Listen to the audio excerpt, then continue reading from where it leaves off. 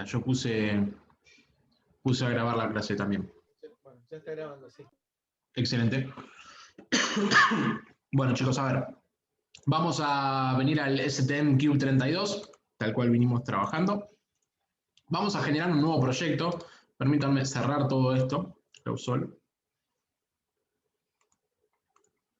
Vamos a generar acá un nuevo proyecto. ¿Cuál es la idea de hoy? Vamos a trabajar con los conceptos básicos de un sistema operativo que vamos a escribir nosotros.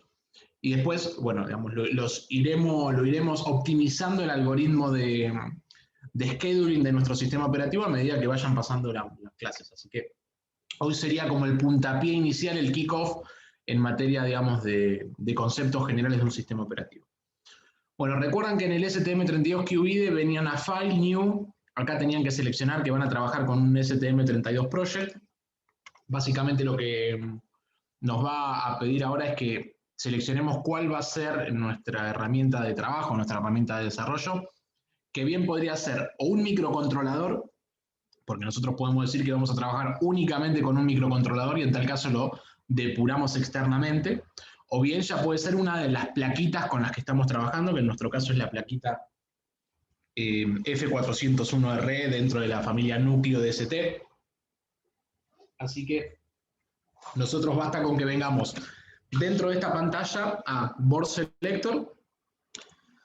Dentro de Commercial Part Number lo único que hacemos es F401RE, el único que nos va a traer es el núcleo, que nos la selecciona acá abajo, ¿bien? Con que nosotros simplemente la seleccionemos y nos la pinte en celeste, ya automáticamente nos va a habilitar para continuar dentro de la configuración. Recuerden, les hago una salvedad respecto a esto, acá ustedes tienen documentos, o sea, si ustedes quisieran bajarse algún documento en cuanto a la placa y demás, lo pueden hacer. Lo mismo con el datasheet. Bien, con el datasheet basta con que seleccionen la opción para que les vectorice justamente a este explorador en donde tienen el datasheet de la placa. Y si ustedes quisieran, no sé, por ejemplo, obtener el datasheet o el user guide o el reference guide del microcontrolador, en vez de board selector deberían venir a MPU selector, vuelven a poner F401RE, pero en este caso en vez de seleccionar la plaquita van a seleccionar únicamente el microcontrolador. Acá inclusive tienen el precio, fíjense que es un precio realmente bajo, también que son por 10.000 unidades o más, pero imaginemos que por unas 50 unidades el costo debe estar cerca de los $4 puesto en Estados Unidos, así que sigue siendo una alternativa económica. Y como bien les mencioné, tienen la opción de obtener documentos y resources acá, en donde pueden obtener el datasheet, el user guide, digamos, todos los detalles propios del microcontrolador como tal, lo pueden obtener directamente dentro de la herramienta de desarrollo, en este caso nuestro STM Cube 32 IDE, sin necesidad de descargarlo, y sobre todas las cosas obteniendo siempre la última versión, así que eso es importante que lo tengan también en cuenta. Bueno, vuelvo acá a Board Selection, selecciono la placa en cuestión, vamos a darle siguiente. Vamos a generar el nombre de nuestro proyecto, en este caso va a ser TD2OS, o vamos a llamarlo, perdón, UTN-OS01, bien, o sea, el sistema operativo de la UTN. Perdón, hoy estoy con un poquito de tos, despreocúpense que soy hisopado negativo, ¿eh? No se asusten y por las redes no nos contagiamos. Bueno. Damos el nombre al proyecto, seleccionamos si queremos trabajar en lenguaje C, si vamos a generar un ejecutable o una biblioteca estática, en nuestro caso siempre va a ser un ejecutable. Y por último, bueno, obviamente el target con el que vamos a estar trabajando, que es el STM32. Si le dan continuar, acá ustedes lo que pueden hacer es seleccionar el firmware del debugger, que en este caso es la 1.26.1, es la última versión. Si ustedes acá no lo seleccionaran y le dieran siguiente, va a tardar un cachito entre que baja el firmware a la plaquita, así que eso ténganlo en cuenta y le dan finalizar.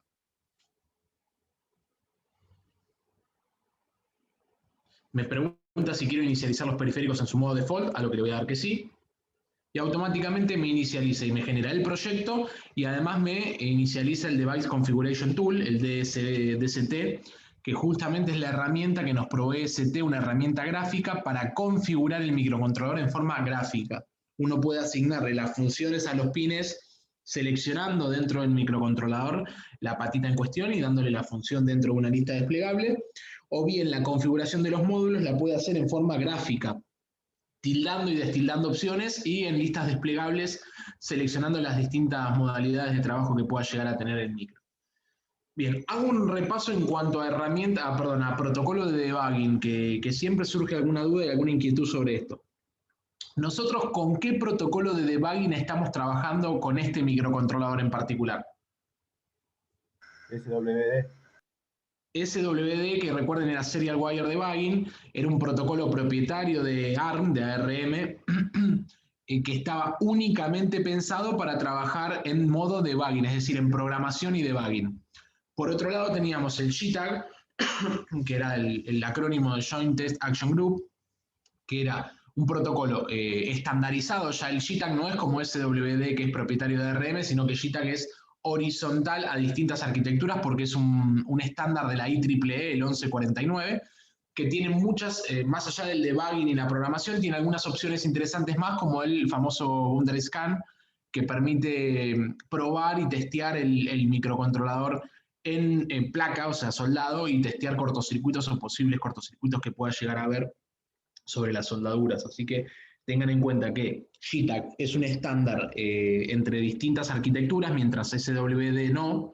JTAG es más abarcativo que SWD porque tiene opciones fuera del debugging y de la programación, pero a favor de SWD tengo que decir que es un protocolo propietario de ARM, es decir, está optimizado para arquitectura ARM, y si ustedes tienen que trabajar con debugging, es decir, tienen que depurar su microcontrolador, claramente SWD es un protocolo más ágil y que ofrece mayores opciones que JTAG no tiene, como por ejemplo los watch points, que después los vamos a ver, el Live Expressions, o sea, el Live Expressions View, en el que podemos ver en tiempo real cómo se van moviendo las variables con el correr de los programas, el SW Viewer, que es el que vimos la clase pasada, recuerdan el graficador con el que podíamos ir viendo las distintas señales, es decir, que incorpora muchas herramientas que JTAG no tiene, y eso lo vuelve una herramienta muy interesante para programar y depurar microcontroladores, además de consumir menos patitas.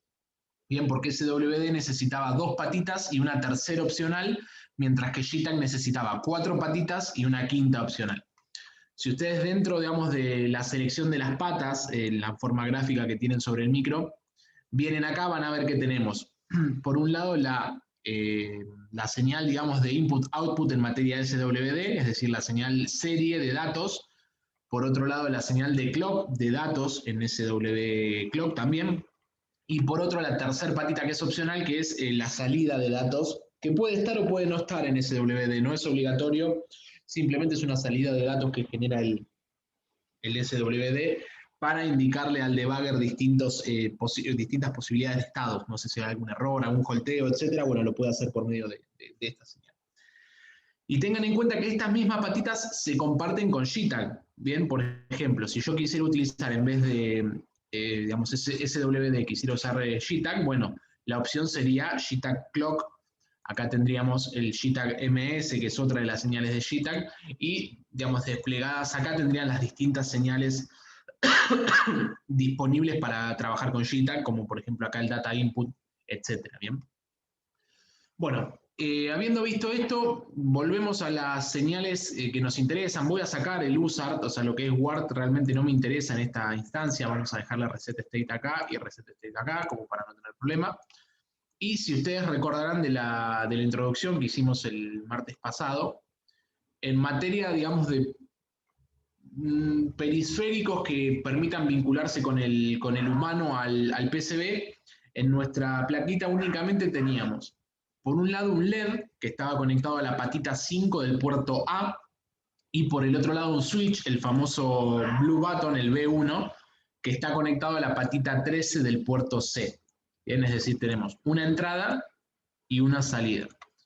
Por cómo viene configurado por defecto el Blue Button, viene configurado para trabajar con interrupciones, es decir, interrupciones externas.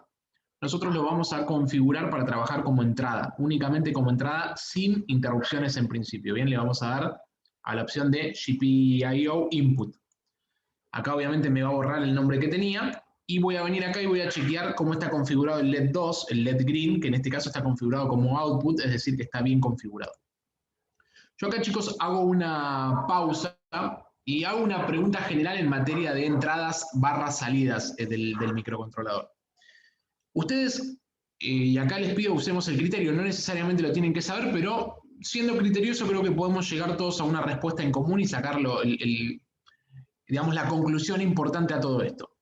¿Cómo se imagina que amanecen las patitas del microcontrolador cuando se lo energiza? Es decir, yo vengo y prendo a mi sistema. Las patitas de propósito general, ¿se imaginan que tienen que empezar como entrada o como salida? ¿Cuál de las dos se les ocurre?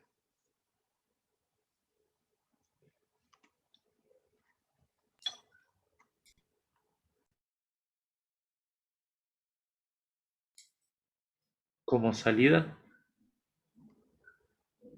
A ver, Ariel dice como salida. Que amanezcan en cero, no sé. Vamos a hacer O una cuando no las votación. configurás, vos estás preguntando, ¿no? Cuando estás sin configurar. Exactamente, yo prendo el microcontrolador, no toqué nada. Ariel dice como salida. Cristian Torres, ¿cómo decís vos? Vamos a hacer una encuesta. Como salida también. Cristian como salida. Fernando, Yo iría a la hoja de datos, pero o sea, digamos que es una persona que no se arriesgó. Fernando. A ver, vamos a seguir el Fiamma. ¿Qué opinás? Yo creo que me suena más lo que dijo Fernando de ir por la hoja de datos y no arriesgarme. Hoja de datos, otra que no arriesga. Bien. ¿Qué más nos queda? Hernán, ¿qué opinás? Entrada. Entrada. Bueno, Hernán cambió la... Vamos a dejar agrupados. Kevin, no, perdón, Juan Lauría. Yo voy con entrada también. Juan, L como entrada. Vos, Kevin, te voy a dejar para el final, porque no quiero que influyas en el resto de las opiniones. Lucas. Yo diría hoja de datos también, no podría decir. Bueno, otro más que no se arriesga. Hoja de datos. Vamos a poner NA, no arriesga. Rodrigo.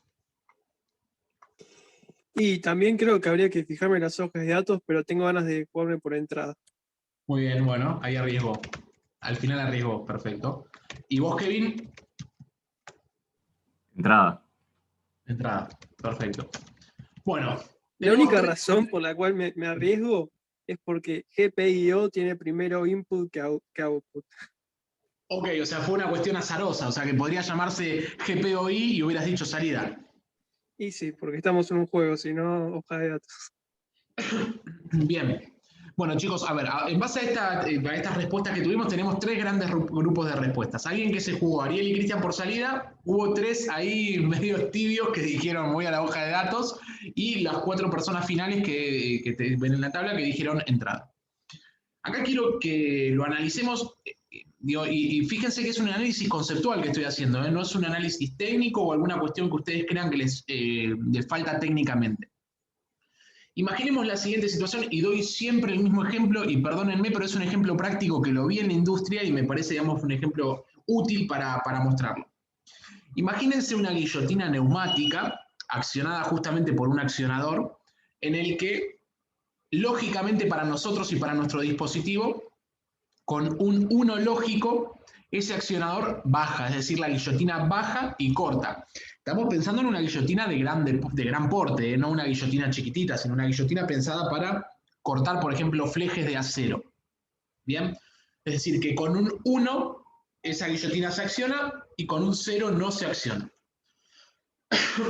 Imagínense si por algún motivo nuestro microcontrolador iniciase como salida y en estado 1. Bien, por algún motivo inicializase como salida y en estado 1. Y entre que nosotros hacemos la rutinita de prendido, inicializado, imagínense, no sé, que por ahí generamos algún delay bloqueante de 1 segundo, medio segundo, lo que fuese. Pero generamos esa pequeña rutinita de arranque que se genera una única vez.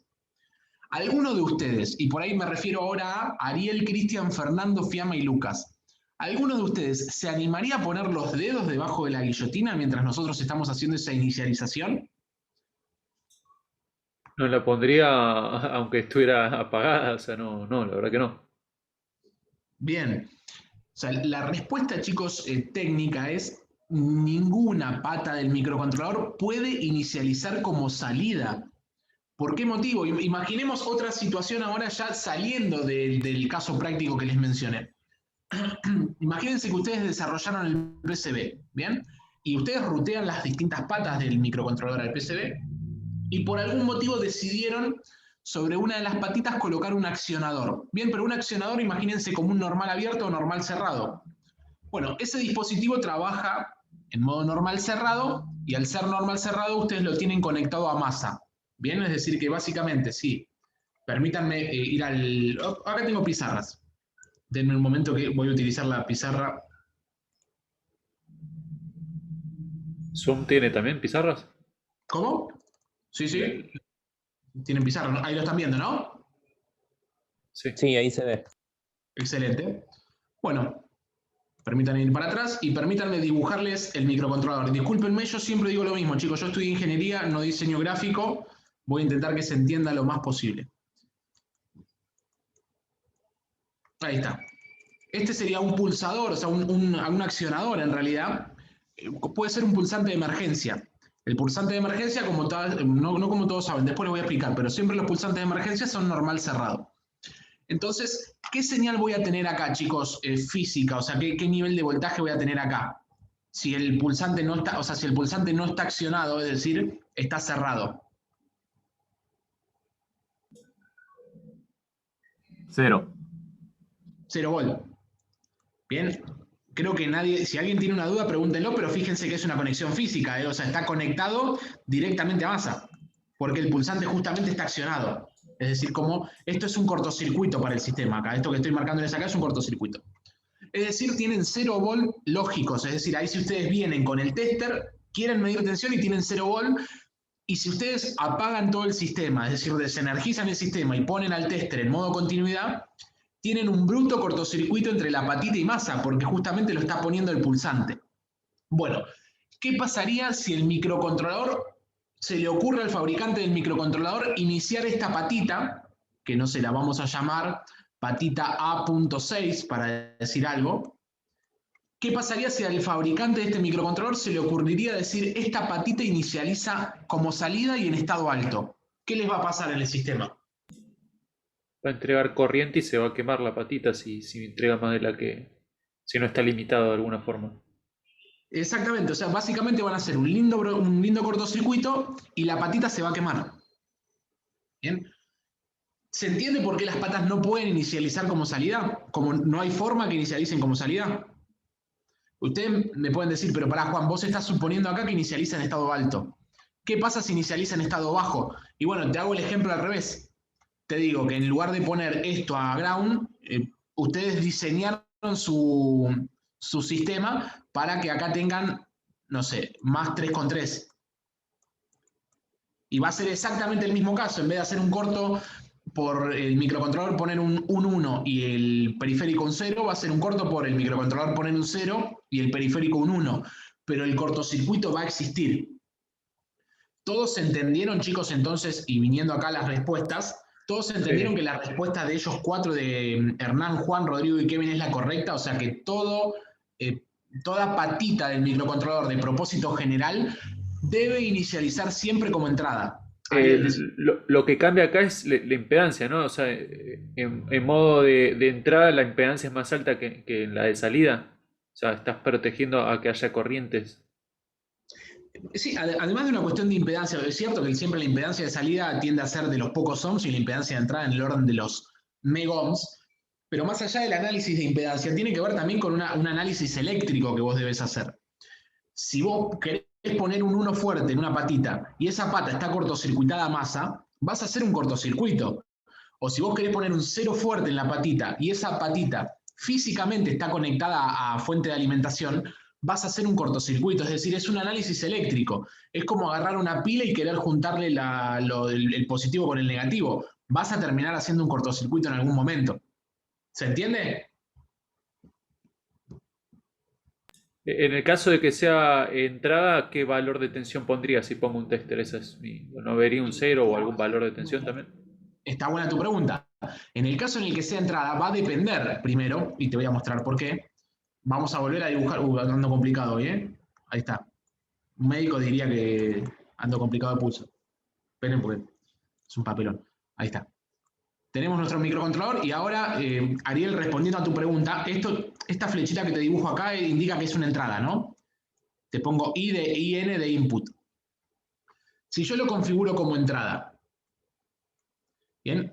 Y no le pongo ni pull up ni pull down, esta patita va a quedar volando, digamos, en el sentido de que yo acá no voy a poder definir si tengo ni un 1 ni un 0, porque no va a haber circulación de corriente, básicamente, justamente porque la patita de entrada está en alta impedancia. ¿Bien? Pero imagínate que el microcontrolador, como suele pasar en estos microcontroladores, inicializa como entrada y con resistencia de pull-up interna. Esto después lo vamos a ver. La próxima clase les voy a mencionar, vamos a charlar un poquito en materia de GPIOs. Bien, imaginemos que inicializa así, como una resistencia de pull-up interna. Esto es interno al micro, no es ninguna resistencia externa, sino que es un canal de un transistor MOSFET al cual se le aprovecha la resistencia y físicamente para el sistema es como si fuera una resistencia de pull-up del orden de los 40/50 kiloohms. Eso lo pueden chequear en el datasheet del microcontrolador. Pero imaginemos esta situación, Ariel. ¿Qué tensión, si pongo un tester acá, ¿no? Un tester acá, voltímetro, ¿qué tensión voy a tener? Voy a medir ahí. Lo 0, ¿no? 0 volt. ¿Por qué?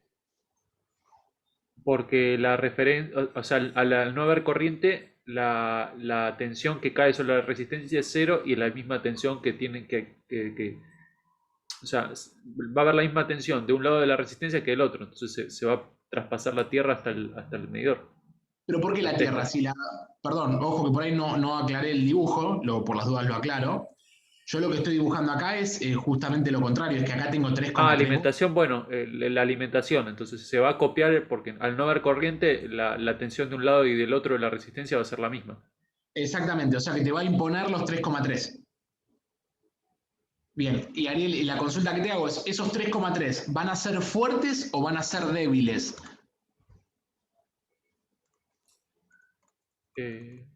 Débiles, ¿no? O sea, se puede calcular ahí la corriente, no sé, habías dicho que eran megaohms. Exactamente, son del orden del... perdón, no te confundas, esta resistencia que te estoy dibujando acá está en el orden de los kiloohms, debe ser de 40 a 50 kiloohms. Lo que yo decía de megohms es esta impedancia de entrada que se ve para acá, si no hay ninguna resistencia conectada, ¿eh? O sea, acá porque yo estoy conectando una resistencia de pull-up. Pero si yo configuras el microcontrolador para que trabaje como entrada, pero sin resistencia de pull-up y sin resistencia de pull-down, entonces ahí sí sería el orden de los megohms altos la entrada. Pero imaginemos la siguiente situación. Lo mismo que les mencioné recién. Imaginemos que yo acá pongo un pulsante de emergencia. El pulsante de emergencia está en normal cerrado. Ahora te vuelvo a preguntar, Ariel, a vos. ¿Qué tensión voy a tener acá? Si está cerrado el pulsador, va a estar los 0 volt, porque eso es un contacto directo, no importa. Ahora sí, fluiría una corriente que va a ser del orden de los miliamperes, que va a hacer que la caída de tensión sobre la resistencia sean los 3,3 volts. Exactamente. Ahora, ¿entendés el concepto de uno débil y 0 fuerte? Acá el que te pone el 1 débil es la resistencia. Pero cuando vos pones un 0 fuerte afuera, gana el 0. Ok. Bien. ¿Todos entendieron, chicos, esto? ¿Alguien tiene alguna consulta en esta situación? O sea, esto lo que les estoy explicando básicamente es por qué el microcontrolador inicializa todas las patitas que no tengan propósito como entrada y no lo hace como salida. Ven que acá está inicializado como entrada y yo de ninguna forma puedo armar un cortocircuito en la pata. O sea, no tengo forma. Porque yo, por más que agarre la patita y la ponga directamente a tierra, como internamente en el microcontrolador o tengo una resistencia de pull-up o no tengo nada, no va a haber forma que yo pueda armar un cortocircuito. Es decir, no voy a poder quemar nada, no voy a poder generar ningún perjuicio eléctrico al sistema. Me interesa que por ahí, porque, bueno, Rodrigo, vos estabas ahí también en un intermedio, digamos que tenías dudas, te voy a poner acá como porque le pegaste, pero le pegaste por una cuestión de orden. Tanto Ariel, Cristian, Fernando, Fiamma, Lucas y Rodrigo, ¿tienen en claro el concepto de por qué la patita debe inicializar como entrada y no como salida? Sí, sí, porque tanto 1 como 0 pueden ser valores de activación de algo. O sea, no es que porque empiece en 0 estás seguro. Exactamente, pueden ser valores de activación de algo o puede ser que vos hayas conectado algo externo al sistema, es decir, un pulsante, un accionador, un fin de carrera, lo que quieras, que es cierto, vos me podés decir, pero Juan, yo en la inicialización automáticamente lo pongo como entrada. Sí, pero vas a tener un par de milisegundos en que el cortocircuito lo vas a tener igual en la pata. Eso lo entienden todos, chicos, porque yo insisto, o sea, su respuesta puede ser, pero Juan, para algo después la configuro como entrada.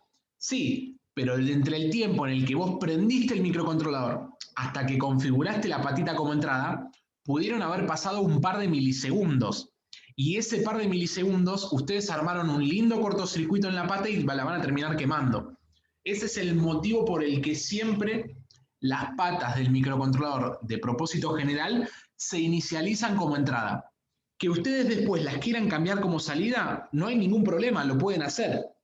Pero van a cambiar únicamente las que ustedes saben, porque ustedes están desarrollando el PCB, las que ustedes saben que no hay ningún riesgo eléctrico y que ustedes están accionando algún dispositivo. Bien. Cristian, Fernando, Fiamma, Lucas, Rodrigo, ¿se entendió esto? Sí, sí. Sí, sí. Sí, sí, perfecto. Bárbaro.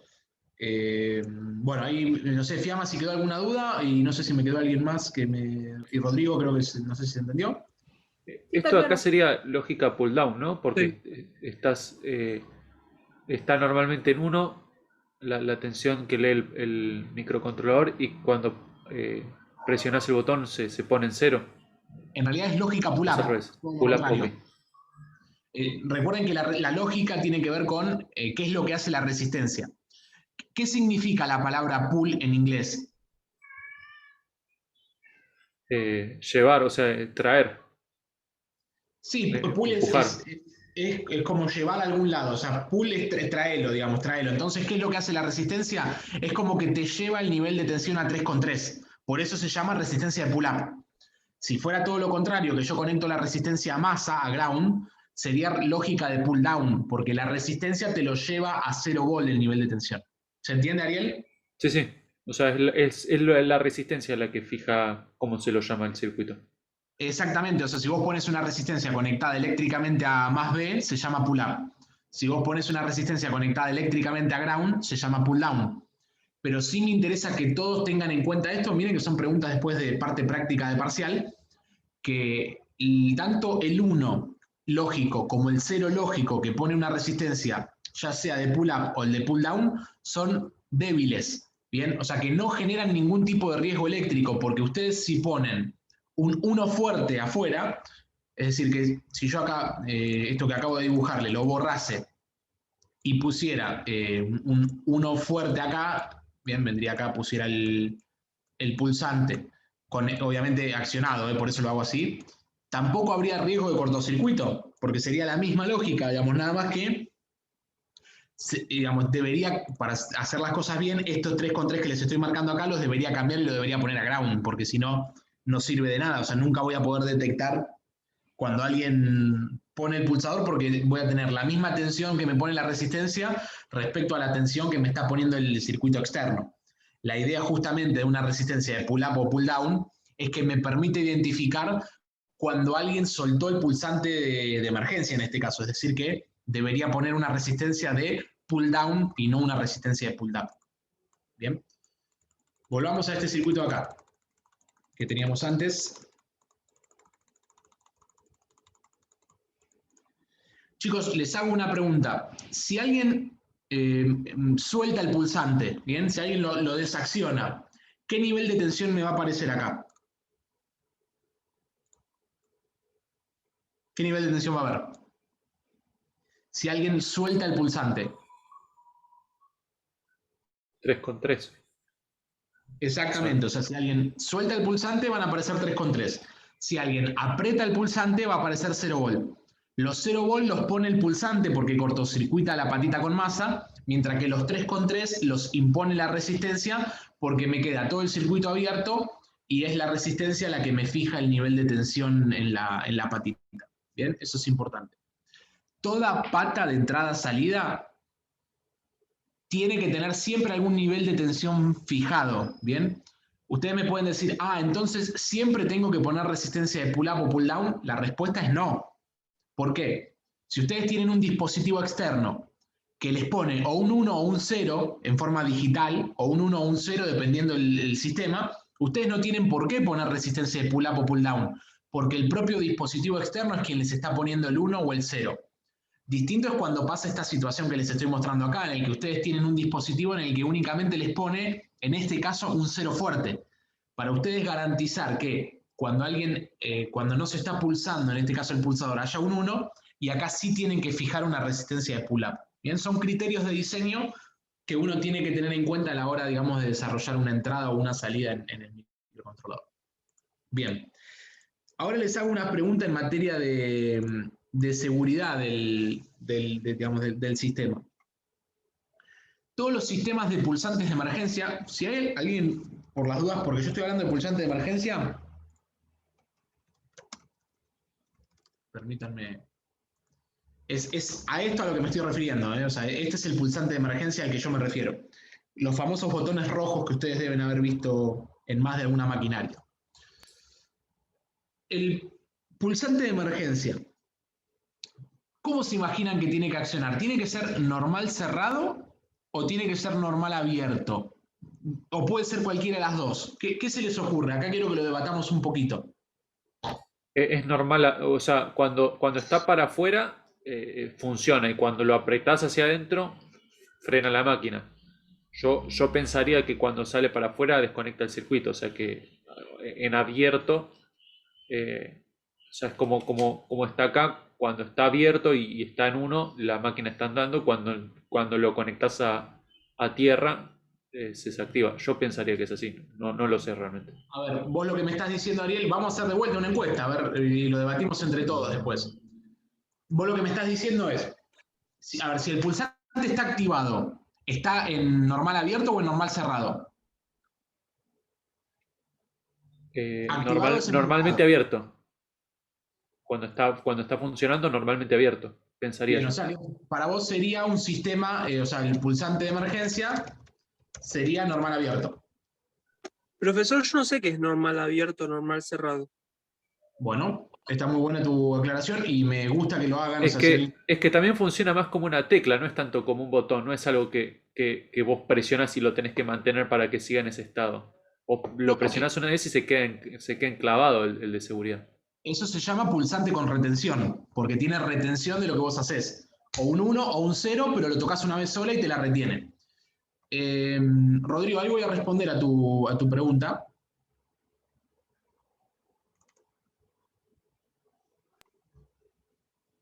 Esto.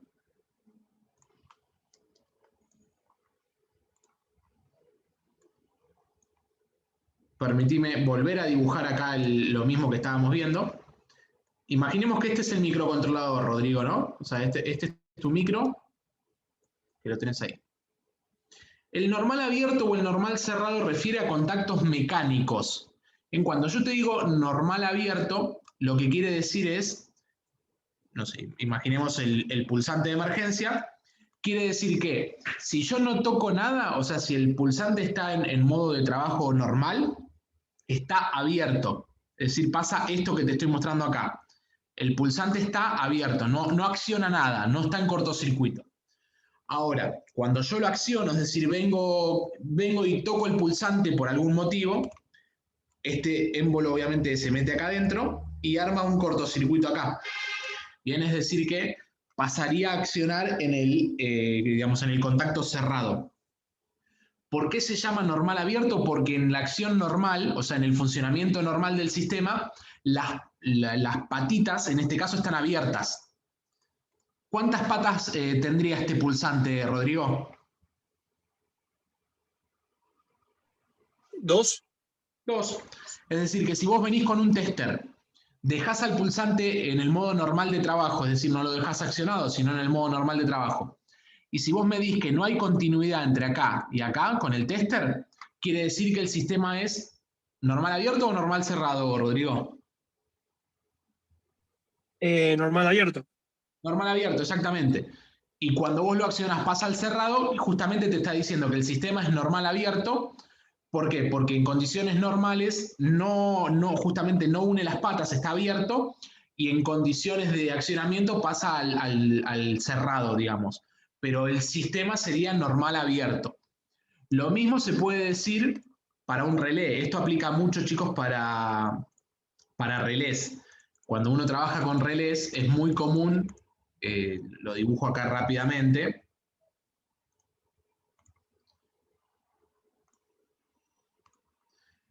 No lo voy a accionar con el micro, en este caso, de hecho, el micro lo voy a sacar para no confundir a nadie. Pero cuando uno trabaja con un relé, básicamente digamos, el dibujito de un relé es así. Tenemos la bobina.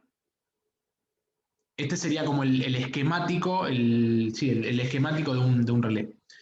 Tenemos el común, que tiene la C de común, unido acá, y acá tenemos otro distinto. Bien, esto que te estoy marcando acá, Rodrigo, sería el normal cerrado del relé y este sería el normal abierto. O sea, lo que te está indicando esto, porque vos el relé lo podés trabajar de cualquiera de las dos formas, siempre y cuando te dé esas cantidades de patitas. O sea, vos el relé venís y te dice bobina 1 acá, bobina 2 acá. Si vos le das 12 bolas a la bobina, el sistema cambia del normal cerrado al normal abierto y te hace un cortocircuito entre acá y acá, o sea, entre estos dos que te estoy mostrando. Esto siempre que acciones al relé. Ahora, si vos el relé los dejás desenergizado, apagado, sin conectar, la conexión es esta que estás viendo acá, entre el común y el normal abierto. Perdón, entre el común y el normal cerrado. O sea, vas a tener un cortocircuito acá. Bien, ¿para qué sirve esto? Justamente para armar las conexiones que vos necesites, Rodrigo. Imagínate que, no sé, yo te digo, che, cada vez que acciono el relé, yo quiero que me prendas una lamparita. Vos, Rodrigo, ¿dónde conectarías la lamparita? Si lo que yo te digo es, cada vez que alimento la bobina del relé, quiero que prenda una lamparita. ¿Lo harías en el normal cerrado o en el normal abierto? Cada vez que prendas, ¿puedes repetir la pregunta? Sí, cada vez que, si yo te digo que cada vez que acá, o sea, entre bobina 1 y bobina 2 pongo una fuente, yo quiero que se me prenda una lamparita, digamos, algo conectado al relé, que el relé me prenda una lamparita. ¿Vos la conectarías al normal cerrado o al normal abierto? Perdón, ¿y el estado base sería prendido o apagado?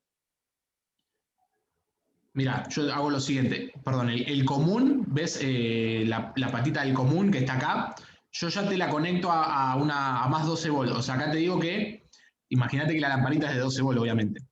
Yo acá te digo, te le conecto directamente el común a 12 volts y acá vengo y te digo, la lamparita es esta y la tenés conectada a masa. O sea, una de las patitas de la lamparita está conectada a masa y lo que te estoy preguntando es, esta patita que te estoy dibujando de acá en amarillo, la que te estoy marcando en amarillo, ¿la tengo que conectar en el normal cerrado o en el normal abierto para que se prenda solamente cuando el relé se accione?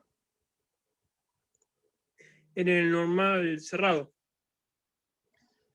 Es al revés. Si vos la conectás en el normal cerrado, ¿qué va a pasar? Imagínate que yo te borro esto. O sea, la bobina del relé no está energizada. O sea, yo no prendí el relé. El relé está apagado. Entonces, va a pasar esto, básicamente. Como el sistema está conectado en el normal cerrado, me va a hacer... O sea, si yo la conecto en el normal cerrado, como vos dijiste, la lamparita se me va a prender. Bien, porque fíjate que tengo la conexión física hecha acá cuando el relé está desconectado. Justamente para eso está el normal cerrado. Ahora, si vos la conectás en el normal abierto, si vos hicieras esto acá, ahora, en la imagen que estás viendo ahora en el sistema, ¿se prendería la lamparita o no? No. No, porque fíjate que el común está conectado al normal cerrado. Sí, sí. Ahora distinto es si yo te digo, pará, energizo la bobina del relé, vengo acá, tuc, y ahora sí te va a cambiar la cosa, porque esto va a desaparecer acá y la conexión va a ser así. El común va a ir al normal abierto. Y ahí sí te va a prender la lamparita. Eso tiene, digamos, un poco la lógica de normal abierto o normal cerrado. Lo que te está diciendo es, en condición normal, es decir, sin accionar nada, ¿va a estar conectado el normal cerrado? O sea, ¿va a estar cortocircuitado o va a estar abierto? En este caso, esa es la explicación que se le da al relé. Si vos no alimentás el relé, el común, la patita común, que es la que te estoy marcando acá en amarillo, o sea, si vos no alimentás el relé, el común va a estar cortocircuitado con el normal cerrado. Ahora, si vos alimentás al relé, como lo estoy haciendo acá en la imagen que te muestro, el común va a estar cortocircuitado con el normal abierto. Esa es la definición de normal abierto y normal cerrado. ¿Se entiende, Rodrigo? Sí, sí, entendí, gracias. Por favor, igual cualquier cosa después lo volvemos a ver, pero bueno, digamos, lo vamos repasando. Se podría usar como un multiplexor, ¿no? Seleccionando qué lamparita querés encender, a la normal abierto o la normal cerrado. Te va a encender una de las dos. Claro, o sea, básicamente una va a funcionar en lógica inversa de la otra. O sea, si yo te puedo poner dos lámparas también acá, si quisiera. O sea, yo te puedo decir, che, te pongo otra lámpara más acá. Acá. Que la conecto al normal cerrado. ¿Y qué va a pasar? Cuando se prenda la del normal abierto, se apaga la del normal cerrado. Y cuando se apague la del normal abierto, se prende la del normal cerrado. O sea, te quedan trabajando básicamente dos lámparas en modalidad inversa. Nunca van a estar prendidas al mismo tiempo, porque nunca el común va a estar conectado con los dos al mismo tiempo. Bien. Bueno, esto permítanme borrarlo.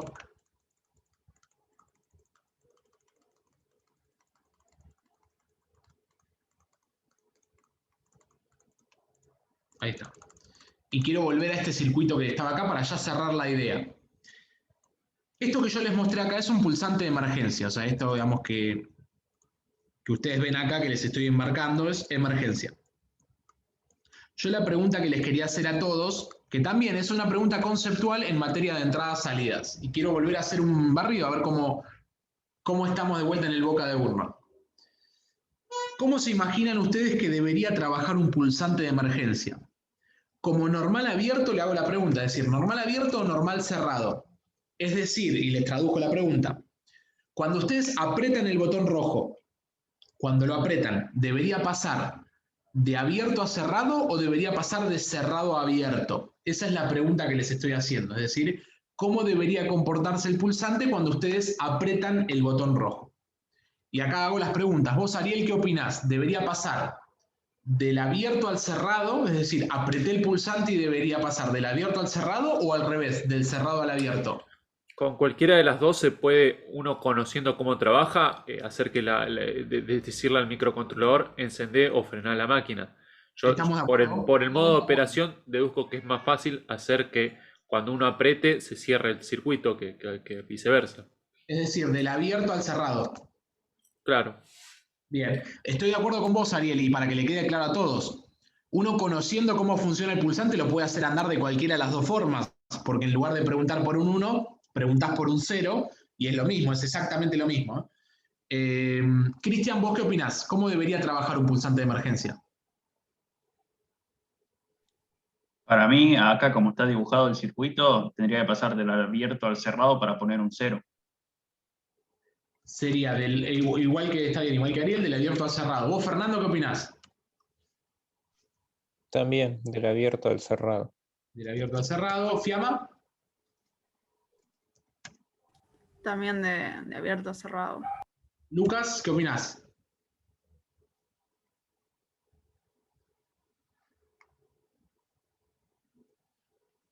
Bueno, Lucas lo tenemos ahí pensando. ¿Rodrigo? Sí, de cualquiera de las dos formas, pero Bien, de cualquiera. Bien, y vamos O con sea, los últimos tres. Sí, Rodrigo, perdón. no, eso de que dependiendo de cómo lo esté Estoy pensando, codiado. lo más seguro es que trabaje con la alimentación, que no depende de ningún microcontrolador. Así que lo más seguro es que cuando uno apriete se abra directamente a la alimentación, que no tenga que no tenga que intervenir el microcontrolador. O sea, lo pones directamente en la parte de alterna de alimentación de la máquina. Bueno, eso no sería, digamos, lo más seguro de todo, porque justamente la idea de poner un microcontrolador es que tu sistema sea inteligente y que pueda tomar ciertas decisiones y determinaciones. Si vos lo único que haces es apagás todo, y habría que analizar bien las condiciones de coyuntura de la máquina, porque tal vez el apagar todo es, hay una persona adentro y se mató. Vamos, tendrías que, o sea, no lo veo como una solución técnicamente viable. Yo lo que haría sería analizar con el microcontrolador esa señal y en base a esa señal tomar una determinación. O paro la máquina o detengo o doy marcha atrás, pero no desenergizar todo, porque al desenergizar todo perdés el control del sistema. Hago las últimas 3 preguntas. A ver, Hernán, ¿qué pensás? ¿Cómo debería accionarse un pulsante de emergencia? ¿Cómo se te ocurre? Sí, normal abierto. Del abierto al cerrado. Juan Lauría. Yo creo que si uno diseña el sistema está un poco independizado de eso, pero por cuestiones de seguridad me parece mejor o pienso que sería el normal cerrado. Del cerrado al abierto. Y Kevin, ¿vos qué opinás? Opino que tiene que estar normal cerrado. Bien, del cerrado al abierto. Bueno, tenemos 2 ganadores acá. Tiene sentido lo que dijo de seguridad. O sea, uno podría pensar qué pasa si el cable se corta, qué queremos que pase. Bueno, exactamente, Ariel, te me adelantaste y era justo la pregunta que les iba a hacer. La idea del pulsante de emergencia es que funcione siempre. Imagínense lo siguiente, chicos, ustedes están trabajando en una fábrica y ven que a su compañero, no sé, una máquina le chupó la camisa y le está por agarrar el brazo. Ustedes apretan el pulsante y se imaginarán que quieren que el pulsante actúe, o sea, que el pulsante pare la máquina. No, digamos, debe ser ninguna grata sorpresa darte cuenta cuando estás apretando el pulsante que se cortó el cable. Entonces, ¿por qué les hice estas preguntas y por qué los encuesté, más allá de, obviamente, de no querer aburrirlos? Si yo hiciera lo que ustedes dijeron, es decir, que dejo el sistema acá, bien, o sea, lo dejo abierto, como ustedes dijeron, abierto, y que cuando lo apriete, pase esta flechita que dibujo acá, pase esto. Yo tengo forma, imagínense, no sé, que por algún motivo el cable acá se me cortó. ¿Bien? No sé, en algún mantenimiento alguien vino y me cortó el cable o me lo desconectó. ¿Mi sistema me va a detectar algo? Si alguien me cortó el cable. Nunca le puedes dar el 1 de la señal de detenete. ¿Cómo, Ariel? Nunca le puedes dar la orden de detenerse porque necesitas cerrar el cable para eso. Necesitas mandarle el 0. Perdón. ¿Pero tu sistema se va a dar cuenta que pasó algo? No, estaba abierto y sigue abierto. Denme un segundo.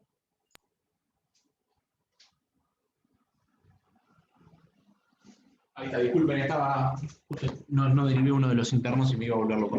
Estaba abierto normalmente y se corta el cable y sigue abierto. Ese es el problema. Exactamente, nunca te vas a enterar básicamente nada porque el cable va a seguir abierto. Esa es la situación que se da. Entonces, por una cuestión de seguridad, esto es importante que tomen nota, todos los sistemas de emergencia son normalmente cerrados. O sea que siempre uno detecta un cortocircuito en la línea, en este caso a masa, y si alguien me desconectó, me cortó un cable o hizo lo que fuese, el sistema detecta como que hubo una emergencia. ¿Por qué? Porque el sistema ese no puede fallar, no puede estar faltante. Es decir, que yo corté un cable y el sistema automáticamente se disparó una emergencia diciendo, che, ¿por qué? Porque se pudo haber cortado un cable o pudo alguien haber accionado el pulsante. Pero es importante, y lo anoto acá, en letra mayúscula, todos los sistemas de emergencia deben ser normalmente cerrados. Esto es importante que lo tengan en cuenta porque de esa forma se detecta cualquier corte de cable. Si alguien corta algún cable o hace alguna desconexión, el sistema automáticamente dispara una emergencia. Dice, señor, acá hay un problema, hay una anomalía, no puedo seguir funcionando. Y de esa forma, no sé, viene el técnico, analiza la máquina y dice, se cortó el cable. Y lo repara y el sistema sigue andando. Pero de esa forma se van a garantizar que cuando ocurre algo, el sistema va a disparar la emergencia porque va a estar todo el sistema cerrado y cuando apretaron el pulsante se abrió. ¿Se entiende esa idea? Eso sí quiero que lo tengan en claro todos. O sea, los sistemas de emergencia, cuando ustedes trabajan en un sistema embebido, siempre se tienen que accionar en forma normalmente cerrada para detectar cualquier anomalía en el cable o en el pulsante o en los conectores, etc. Es decir, si hay algún problema, el sistema se abre y se dispara la emergencia. ¿Bien? Esto ténganlo en cuenta, es importante que lo tengan en claro. Digamos, tiene que ver con una cuestión de política, de manejo de entradas / salidas. De hecho, les hago una salvedad, los pulsantes de emergencia que ustedes compren son normal cerrados, ¿eh? O sea, no es que uno va no sé, al distribuidor eléctrico y le pide, dame un pulsante de emergencia normal abierto. Te va a decir, no, vienen normal cerrados, justamente por esto. O sea, se comercializan en normal cerrado. Esto quedó claro, ¿no? Si hay alguna duda, alguien me interrumpe sin ningún problema, por favor, pero entiendo que quedó claro. Bueno, habiendo ido un poquitito a la materia, digamos, de entradas, salidas y demás, volvamos ahora sí a nuestro código. Nosotros habíamos definido, y todo esto surgió justamente por cómo amanecen las patitas del microcontrolador, definimos una patita como salida, que es la de un LED, y una patita como entrada, que es la del pulsante. Denme un segundito que ya estoy con ustedes, que me están mensajeando.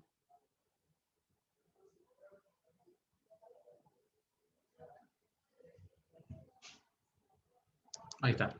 Bueno, perdón, dijimos, la patita 5 del puerto A está como salida y la patita 13 del puerto C está como entrada. Esto nosotros, ¿dónde lo vemos? Dentro del System Core, entramos al módulo GPIO y dentro del módulo GPIO acá van a encontrar la patita 5. Profe, Sí, no se está viendo el STM. Quedó la perdón, pizarra. me quedó la Claro. pizarra. Ahora sí está bien. ¿Ahora sí? Bien. Tenemos entonces, como bien les dije, la patita 5 configurada como salida y la patita 13 del puerto C configurada como entrada.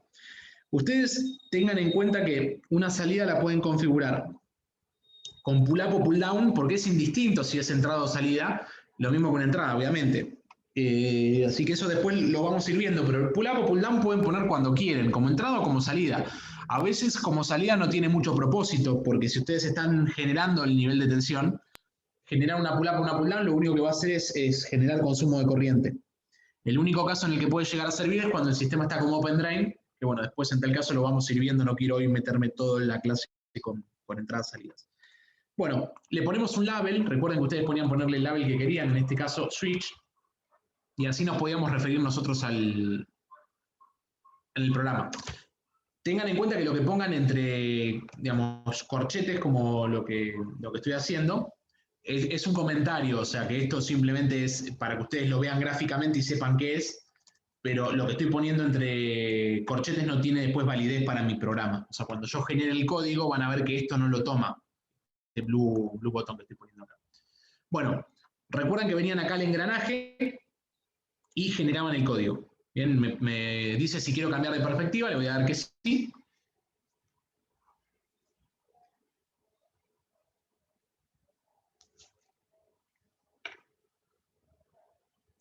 Bien, ya estamos.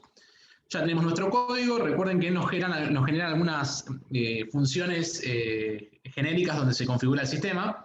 En System Clock Config tenemos la configuración general del clock del sistema, donde se configura el PLL.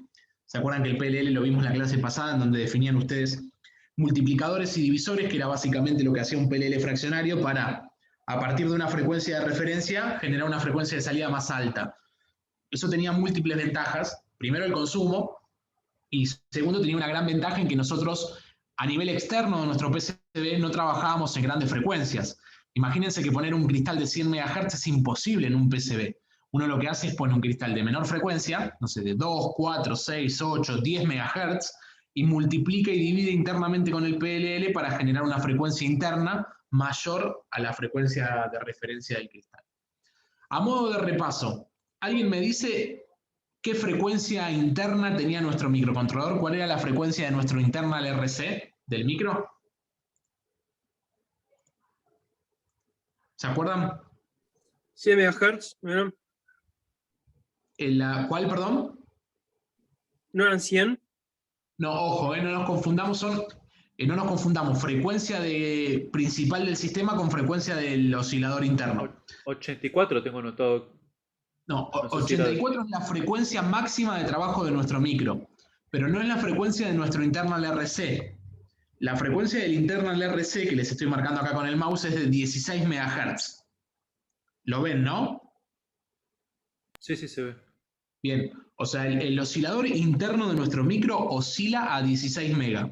Nosotros después, con el PLL, lo llevamos a 84, como lo podemos llevar a 83, como lo podemos llevar a 67. Sí tenemos que tener en claro que la frecuencia máxima de oscilación la frecuencia máxima de referencia para nuestro sistema son 84 megas.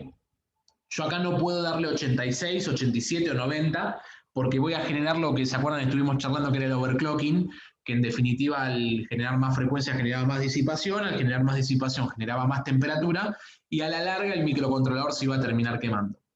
Sí me interesa esto, que les quede claro. El microcontrolador tiene un oscilador interno del tipo RC que oscila a 16 megas. Después, por medio del PLL, que es lo que ven acá abajo, tiene multiplicador y divisor, pueden llegar a la frecuencia que ustedes deseen de salida, pero el internal RC es de 16 megas. Bien, volvamos a nuestro código.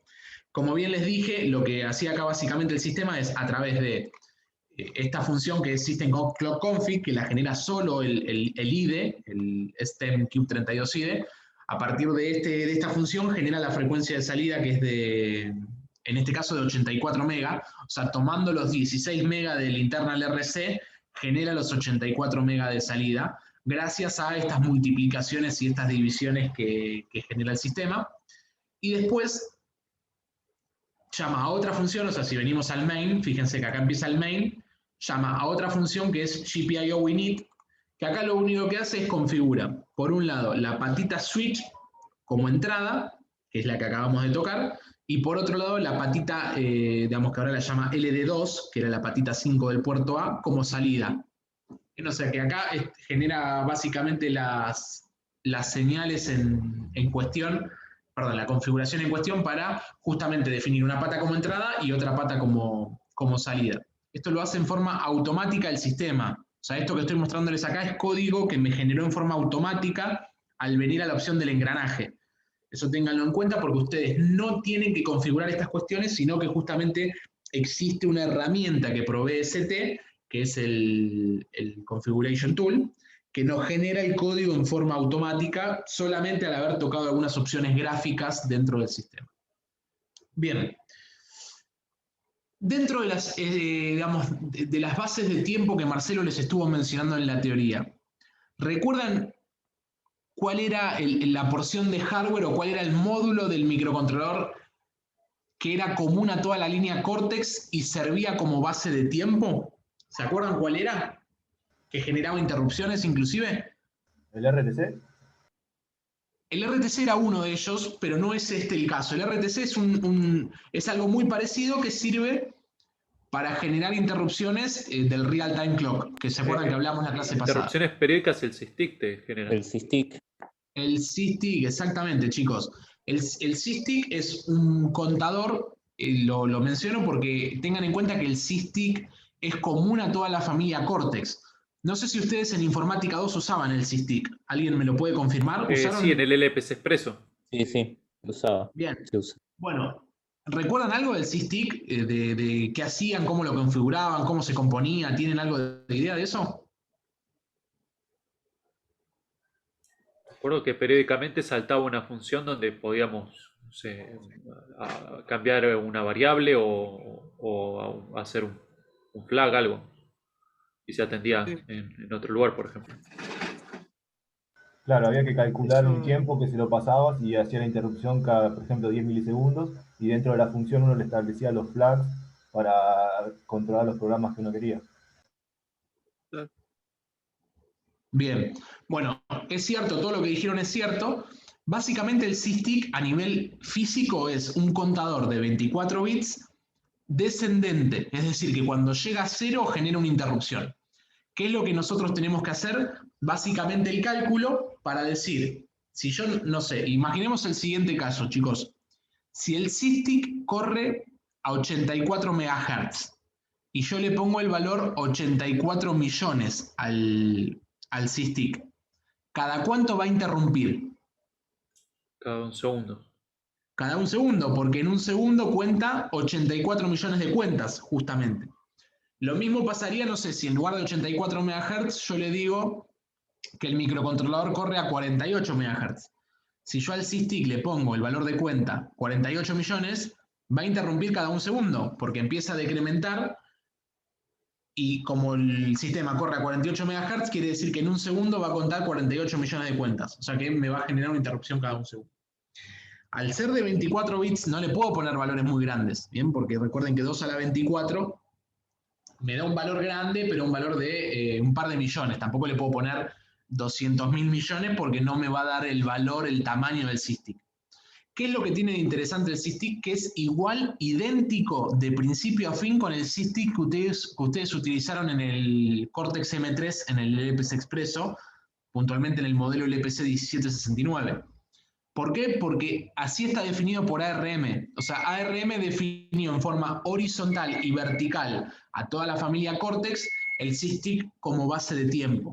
¿Por qué lo pensaron así? Justamente para lograr esto. O sea, que si ustedes migran de una familia a otra, siempre dentro de la familia Cortex, no tengan que cambiar porciones de código, porque el SysTick sigue siendo igual y sigue teniendo las mismas características físicas. Bien. ¿Cómo ustedes pueden configurar el SysTick? Ahora lo vamos a ver de forma muy sencillita. Un segundito que lo tenemos por acá.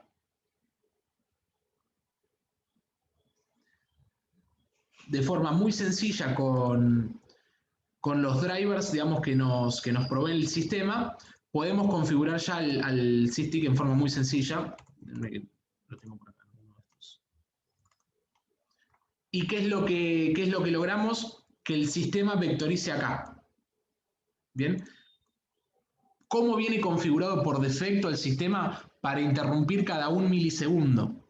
Bien, o sea, se configura en forma automática el SysTick para cada un milisegundo generar una interrupción y vectorizar acá. Permítanme mostrarles una cosita rápida.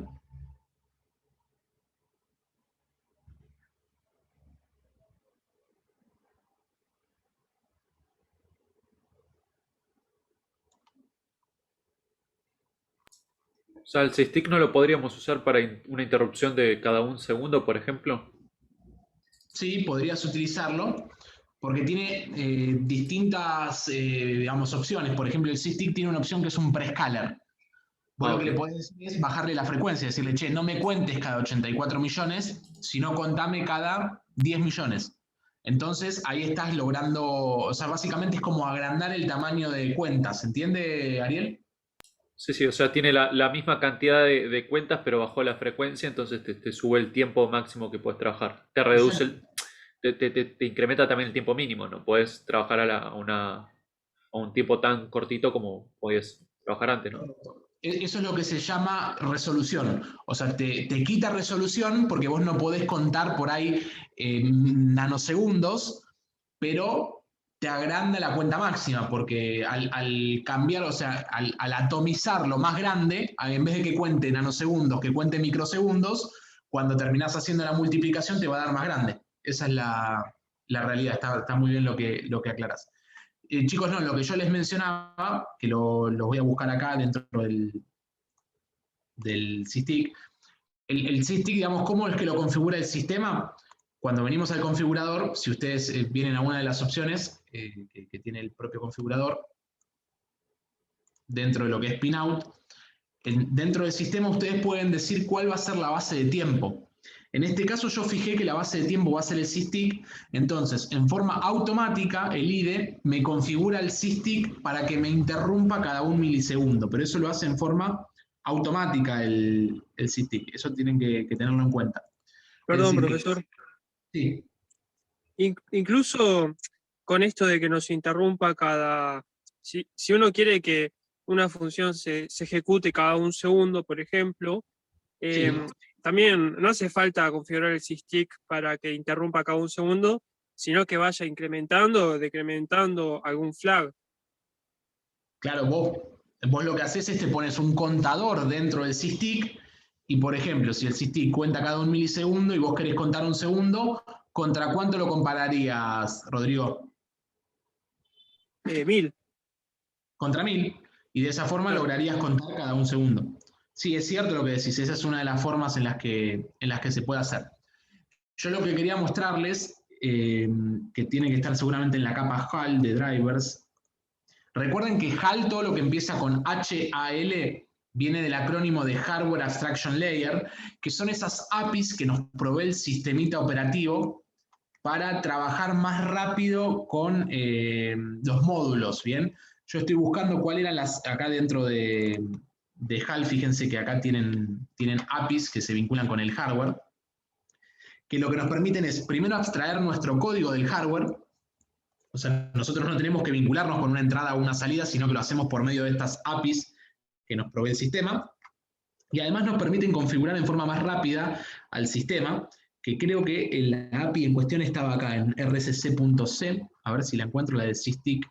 Yo lo que quiero mostrarles es cuál es la API que deberían utilizar para configurar el SysTick.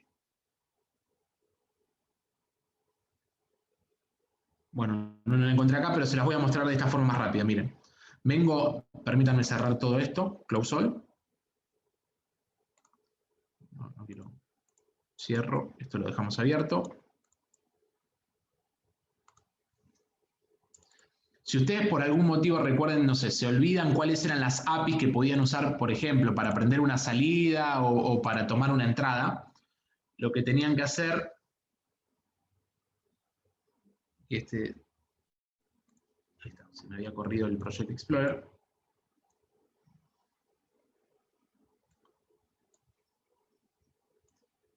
Lo que tienen que hacer, por ejemplo, no sé, me paro acá en el main, déjenme venir al main, hago control barra espaciadora y me tira todas las APIs que tengo disponibles, que son un montón. Entonces, ¿qué voy a hacer? HAL-S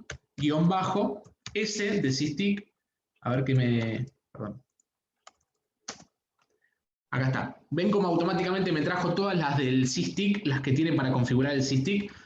Que es Clock Source Config, Callback Config, IRQ Handler, SysTick Frequency, que esta es la que yo debería utilizar para indicarle al sistema cómo va. O sea que yo básicamente de esta forma puedo decir cuánto es lo que quiero, o sea, cada cuánto quiero que interrumpa el sistema. Eso es importante que lo tengan en cuenta. Es una de las APIs que nos provee el sistema.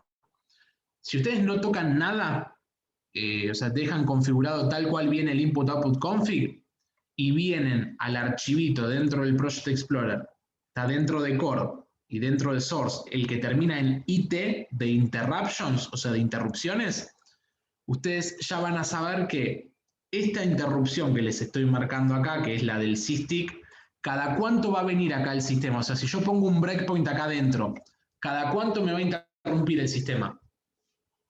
Por defecto. Que es lo que les mencioné recién, ¿eh? ¿Cada 1 milisegundo era? Exactamente, o sea, por defecto, por cómo trabaja el IDE y cómo lo configura, cada 1 milisegundo va a venir acá. Ustedes pueden decir que no quieren cada 1 milisegundo, o sea, eso es plenamente configurable y le pueden dar más o le pueden dar menos, o bien, como dijo Rodrigo, acá adentro pueden poner distintas variables y esas variables las usan como variables intermedias, de decir, yo quiero una interrupción cada 1 segundo. Bueno, pongo una variable, cuento hasta 1000 y genero la interrupción. Eso también son libres de hacer. ¿Qué es lo que quiero hacer? Me voy a generar 2 tareas. Fíjense, dentro del core voy a venir a Source, botón derecho, New, me voy a generar un source file, en este caso que se va a llamar IO, o sea, Input Output System, o sea, mi sistema que va a trabajar con Input Output. De hecho, vamos a hacer lo siguiente, para que nos quede estandarizado, a nuestro sistema operativo lo vamos a llamar UTN-OS, o sea que se va a llamar UTN-OS y en este caso IO. Le vamos a poner el .c y ahí nos va a generar el archivito, ¿no? Vamos así, .c. Ahí va. Ya está, me generé mi archivito circuito.c, los autores vamos a ponerles TD2 UTN, así somos todos los autores y todos tenemos patentes sobre este código que vamos a generar. ¿Qué es lo que voy a hacer? Voy a generar dos funciones. ¿Bien? Una void que sea análisis sería entrada, void, y otro que sea análisis salida.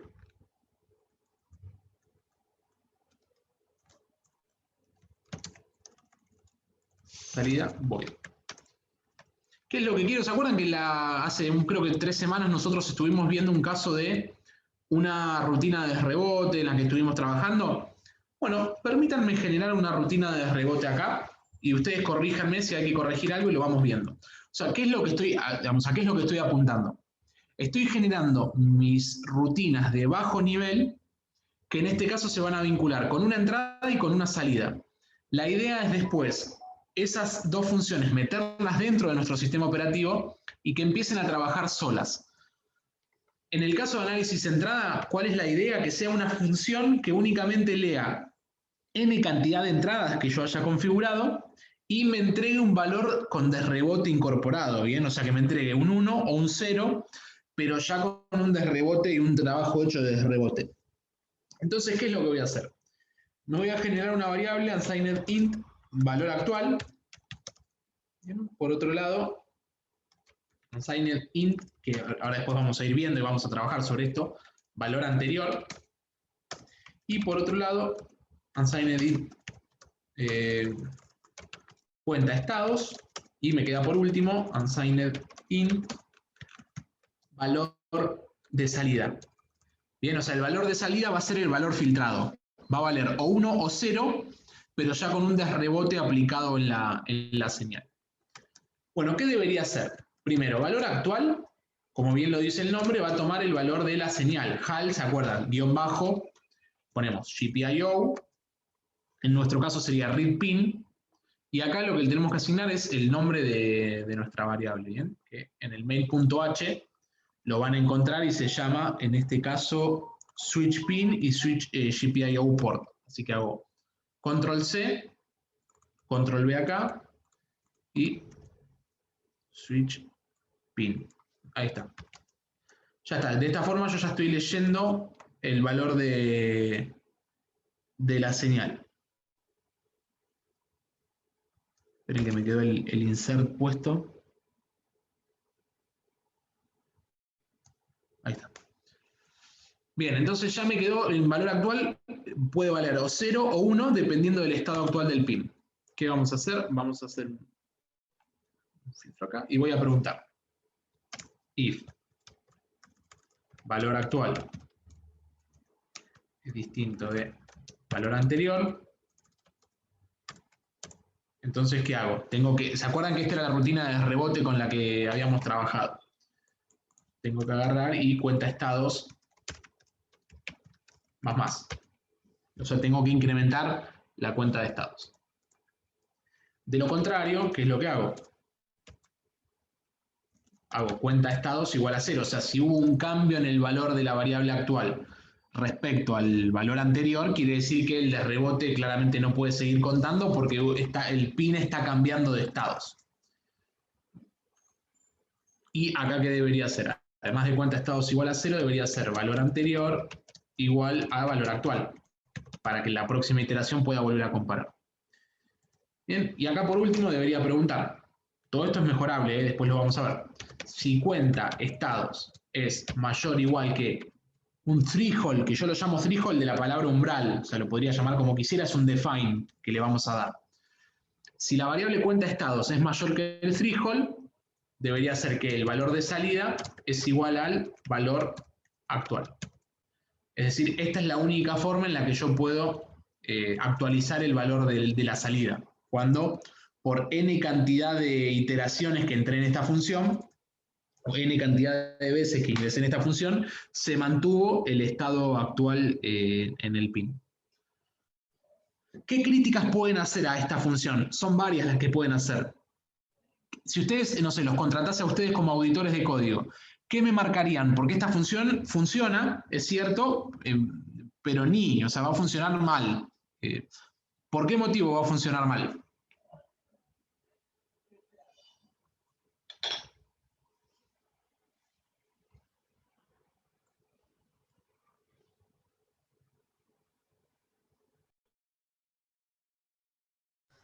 Creo que si vas, por ejemplo, si llegas a tu valor de trigo, una de tu contador no se va a reiniciar, ¿no? Una de las cosas. Esa es una de las cosas, muy bien. Hay cosas más elementales, o sea, está muy bien lo que marcaste, Juan, ¿eh? Pero cosas más elementales, y te pregunto, a ver si entre los dos la podemos sacar. ¿No es cuando el estado se mantiene que la cuenta de estado se incrementa? Ese es un error muy, muy claro que fue un error mío, ¿eh? Estamos de acuerdo. Esos son igual, perfecto. Un error menos. Ahora, en base a lo que mencionó Juan Lauría hace un ratito, yo hago una pregunta muy elemental. Cuenta estados. ¿Va a guardar el estado? O sea, perdón, ¿va a guardar el valor en el próximo ingreso o lo va a perder?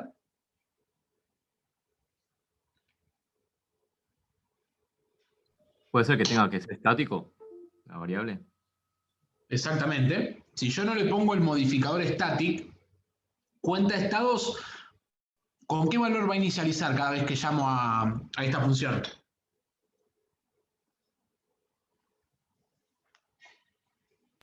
No le inicializaste, nunca le tendrías que poner ahí un 0 o algo. Claro, te va a tirar un error de entrada. O sea, no es que me va a tirar un error, sino que la Cualquier variable cosa. va a valer cualquier cosa. Positivo. Ah, no, positiva. Bueno, sí, puede ser un sign, pero igual puede ser cualquier cosa. Pero puede valer 500.000, como puede valer 5, como puede valer 2, como puede valer 854.000. ¿Estamos de acuerdo? Yo le puedo asignar acá un valor, o sea, le puedo asignar 0 así. ¿Está bien eso que dice? Y pareciera que sí. Sí, o sea, podés hacer eso y va a funcionar. Bien. Entonces, en el primer ingreso, ¿cuánto va a valer cuenta estados? No, pero tenés que meterle static, si no, no te va a guardar. 0. El tema es si esta función se llama varias veces y la vuelven a inicializar. Ese no sé si es el problema. Exactamente, o sea que, como bien había dicho Kevin, que después lo mencionó Rodrigo, yo tengo que poner el modificador static acá. Todos tienen en claro lo que es el modificador static, ¿no? El modificador static lo que hace es cambia el segmento en el que se guarda una variable, básicamente. Es como que en lugar en el heap lo guarda en la pila. Lo que hace es inicializa por primera vez el valor de cuenta estados en 0 y después mantiene el valor. O sea, sí, la variable cuenta estados sigue siendo una variable local, pero el valor que tiene esa variable se mantiene cada vez que la llamamos. O sea, si la variable valía 8 la última vez y la vuelvo a llamar y la incremento, vale 9, y la próxima vez que la vuelvo a llamar va a valer 9, y si le incremento va a valer 10, es decir, que el valor de cuenta estados se va a guardar. O sea que esto es correcto, lo que acabamos de hacer es correcto. O sea, deja de ser local a la función, porque o sea, antes como que te la pisaba cada vez que vos entras en la función y desaparece cuando salís, ¿no? Si no le ponías static o... En realidad sigue siendo local a la función porque yo de afuera no la puedo llamar. O sea, yo acá en análisis estado no es que puedo decir cuenta estados más porque me va a tirar error. ¿Qué quiere decir esto? Sigue siendo local a la función, pero me la guarda en otro sector de memoria que no pierde el valor. ¿Se entiende, Ariel, eso? Sí. Bien. Bueno, hay algo más que tengo que modificar. ¿Qué otra? Esto mismo que hice acá, ¿en qué variables los debería hacer?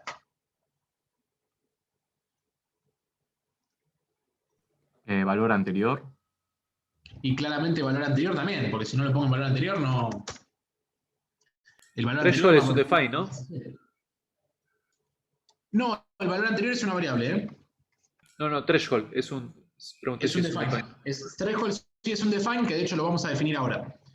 Bien, vamos a venir acá y vamos a generarnos un define utnos input-output.h, así ya lo agregamos. Y dentro de los includes del proyecto, botón derecho, new, header file, y lo vamos a llamar igual. utnos input-output.h. Y le vamos a poner acá también default C header, finalizar. Vamos a ponernos el mismo encabezado. Ahí está. Y nosotros acá en este punto H que acabo de generar, nos vamos a generar todos los defines. Define, threshold, unsigned int 32, unsigned int, vamos a llamarlo, y el valor 10. Le pongo un valor por defecto 10. Ahí está. Hago este casteo para garantizarme y que mi código sea encapsulable, ¿eh? Porque por ahí voy a otro compilador que el define no me lo toma como un unsigned int de 32 bits, sino que me lo toma como un unsigned int de 16. Entonces, de esta forma, en realidad lo que debería hacer sería esto. Yo de esta forma me garantizo que siempre ese int sea de 32 bits. Bien. Ya threshold lo definí. ¿Hay algo más que se les ocurra que se pueda llegar a modificar, que se pueda llegar a arreglar acá? Sí. Valor salida creo que debería ser una variable global. Exactamente, porque si yo no lo hago global, ¿qué va a pasar? Mi sistema no la va a ver en ningún lado. Entonces, vamos a ponerlo acá. Unsigned int, valor salida.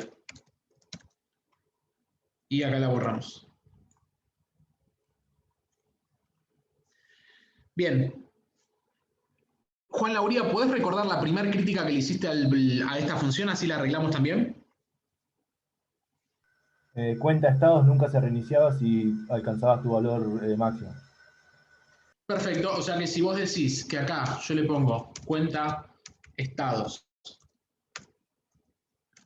menor que threshold, o sea, haciéndole esta pregunta yo me garantizo que cuenta estados nunca se desborde, porque una vez que alcance el valor de mayor o igual, no lo incremento más, y al no incrementarlo más voy a entrar siempre acá. La única forma que lo resete va a ser cuando valor actual sea distinto a valor anterior. Cuando valor actual cambie respecto al valor anterior, Hernán, perdón. Juan, ahí te quedó valor saluda en vez de salida, en el unsigned int, arriba, por las dudas. Perfecto, muy bien, así lo arreglamos. Bien, entonces ahí fíjense cómo entre todos logramos una función que me filtra una entrada. La idea es que esto después lo hagamos genérico, o sea que todo esto no sea un único valor, sino que sea un vector de entrada y un vector de salidas, en el que ustedes simplemente sean, dependiendo del índice al que apunten, sea una entrada particular o una salida particular, pero aunque sea ya a grandes rasgos, logramos armar una función, digamos, que me filtre una entrada. Y ahora vamos a hacer una función que me escriba una salida. ¿Qué es lo que va a hacer? Va a haber otro unsigned int, perdón, vamos a llamarlo valor de salida, no, llamémoslo entrada filtrada, ¿les parece? Porque si no, voy a generar una confusión a nivel semántica. Bien, ahí está, lo llamamos entrada filtrada. Y ahora sí lo que me voy a llamar otra función que sea el valor de salida, que sí esto va a ser el valor de salida del LED en este caso. ¿Y qué es lo único que va a hacer esta función de análisis salida? Va a venir y actualizar y va a ser whole GPIO, sería en este caso write pin, con el valor de la salida. Bien, y en este caso sería switch port LD2 y, perdón, estoy haciendo mal las cosas, sería LD2, ahí está, GPIO y sería LD2 pin.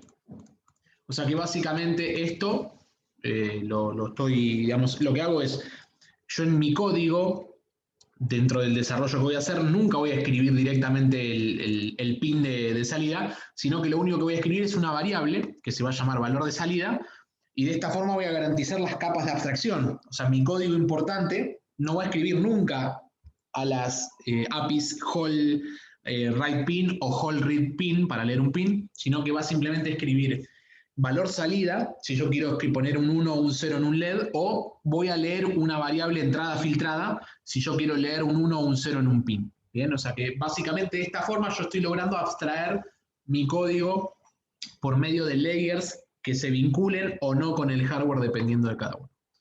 Bueno, ¿qué me está faltando? Permítanme traerme estos prototipos de función a nuestro punto H.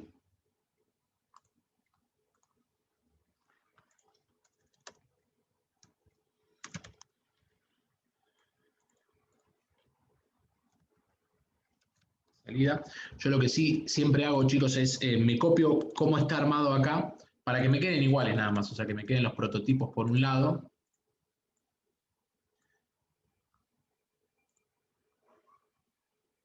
Y que me queden las constantes por el otro.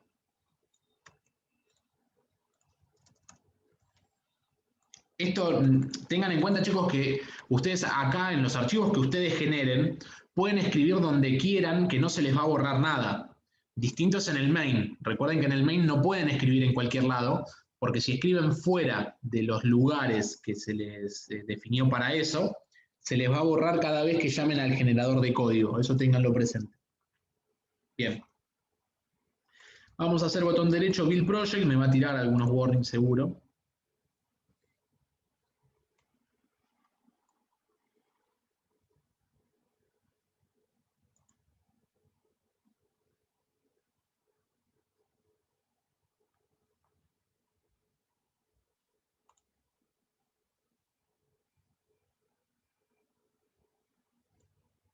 Ahí está. Bueno, me está tirando algunos errores de LD2PIN. Perfecto, que no me lo está encontrando básicamente porque yo acá en ningún lado le definí que me agregue el main.h. O sea que acá adentro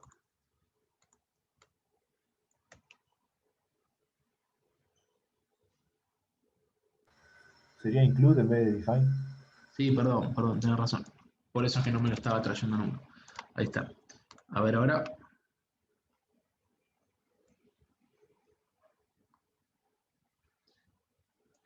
Esta consola tiene que venir acá abajo. Bueno, a ver, me está trayendo algunos errores. ¿No era del main igual que faltaba? ¿O en el punto H de utnos está? O sea, acá adentro tenemos que ponerle el include, que nos lo vamos a traer de acá.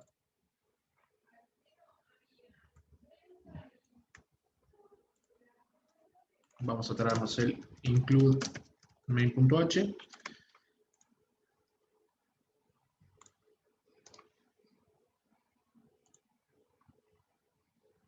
Me está faltando en algún lado algún punto y coma. Acá. El punto y coma en el prototipo me estaba faltando.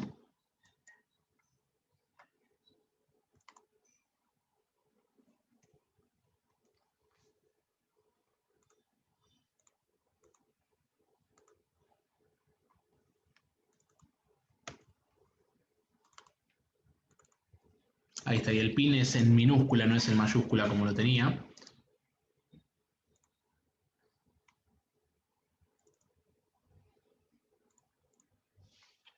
Acá me está faltando el punto y coma.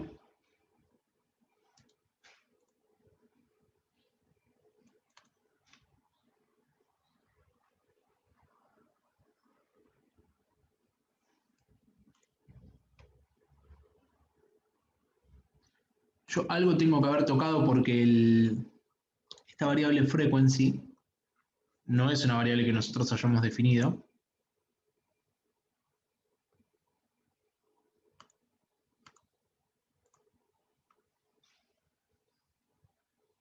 Ah, perdón, esta creo que me la traje yo, sí. Si olvídense, esto no lo vamos a usar. Ahí está.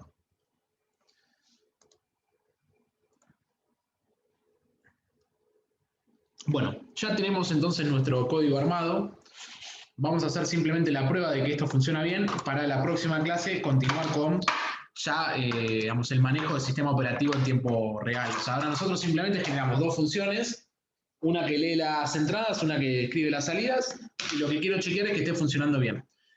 ¿Qué me estaría faltando, chicos? Me está faltando un único paso más para ya dejar operativo al sistema en cuanto a lectura de entradas y lectura de salidas. ¿qué debería hacer para que esas funciones justamente funcionen, valga la redundancia?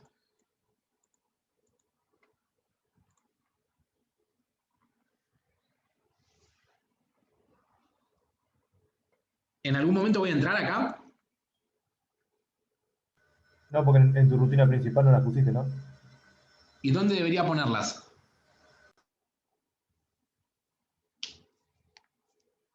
¿Deberías hacer que en una interrupción revise constantemente la entrada? Bien, yo lo que voy a hacer es lo siguiente. Voy a generarme una variable dentro de interrupts. O sea, perdón, vamos a hacerlo dentro del main. Acá en la parte de arriba de variables. Acá las tenemos. Bien, vamos a generarnos acá una que se llame unsigned int sysdig it, como de interrupt. Bien. Y le vamos a poner false, de falso. Tengan en cuenta que el false no está definido dentro del sistema. O sea que acá en nuestro main.h vamos a generarnos un define acá, que sea false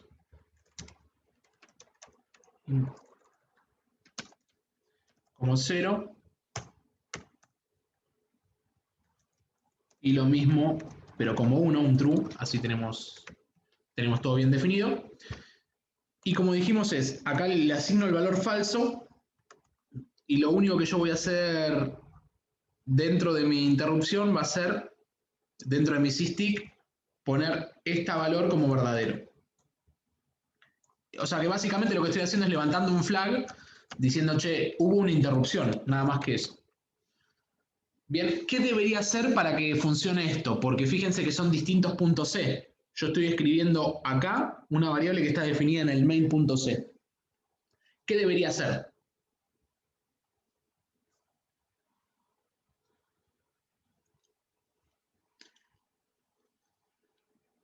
O sea, yo fíjense, voy a darle un compile, a ver. Ven que me está diciendo, no sé lo que es esto.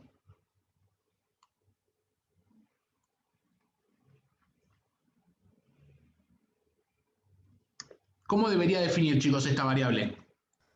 Extern. Exactamente. Recuerden que si ustedes no le ponen extern, básicamente no les va a tomar la variable. O sea, eso ténganlo en cuenta acá. O sea, dentro de external variables, acá lo que tienen que hacer es extern sysdig. Hay algo que está mal acá. ¿Qué puede ser? Primero que me falta el tipo. ¿Y qué más está mal acá? El asignarle valor. Exactamente, una variable externa yo no le puedo asignar valor. Yo lo único que estoy diciendo es, esta variable se está definiendo en otro lado, pero no le puedes decir true o false porque no la estás declarando, la estás definiendo acá. Simplemente le estás diciendo al compilador, acordate que esta variable está en otro lado. ¿Dónde está? En este caso en el main. Ahora sí, vamos a darle un build. Y ahí sí, fíjense cómo ahora sí me la está tomando. O sea que mi sistema, dentro, digamos, de mi interrupción, lo que va a hacer es simplemente ponerme, o sea, bajo a la interrupción del sysdig, lo único que hace es cada 1 milisegundo me escribe sysdig interrupt en true. ¿Qué es lo que tengo que hacer acá? Dentro de mi main, venimos al while 1, ¿y qué vamos a hacer? Recuerden que el código va acá arriba, si no se les borra. Yo lo que voy a hacer es sysdig interrupt igual a true, o sea, si vale 1, es decir, si hubo una interrupción, lo voy a poner en 0. Y voy a llamar a una función que se llame utnos scheduling.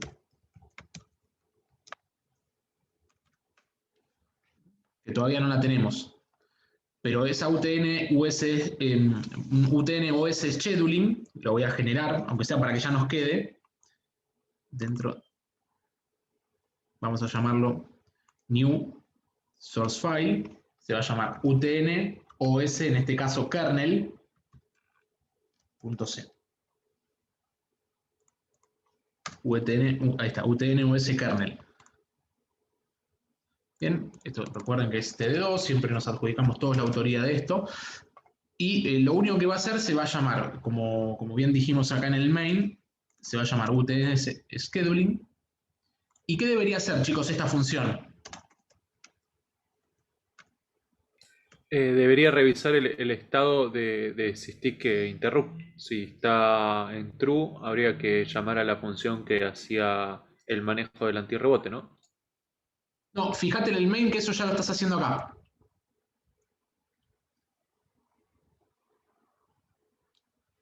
¿Ves que ya el análisis del sysdisk lo estás haciendo en el main? Ok. ¿Y qué debería hacer entonces la función UTN-OS Scheduling?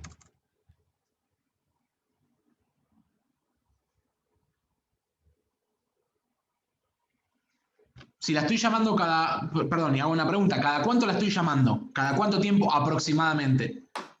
Llamar a las tareas que ocurren cuando el sysdisk interrumpe. O sea, en este.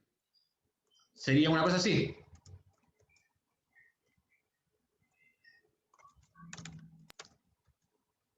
¿Estamos de acuerdo? Sí. Bien. ¿Se entiende esta idea, chicos? Después lo vamos a ir optimizando. O sea, ¿qué es lo que estamos haciendo? Esta función UTN-OS Scheduling, lo que está haciendo es llamando a las tareas cada un milisegundo.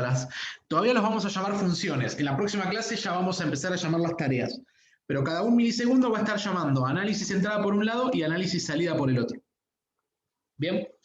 Bueno, esto es todo por la clase de hoy. O sea, quería hacer este breve repaso y la clase que viene ya sí nos vamos a meter a trabajar con punteros a función, con cosas más interesantes en materia de lenguaje C, para ir también sacándonos un poquito la telaraña de programación. Bien. ¿Quedó alguna duda de esto que vimos? Me parece que fue algo básico pero esclarecedor. La próxima clase ya vamos a ir entrando más en detalle y más en de bajo nivel de lo que es un sistema operativo, el manejo de los recursos en los time slices que tenemos asignados.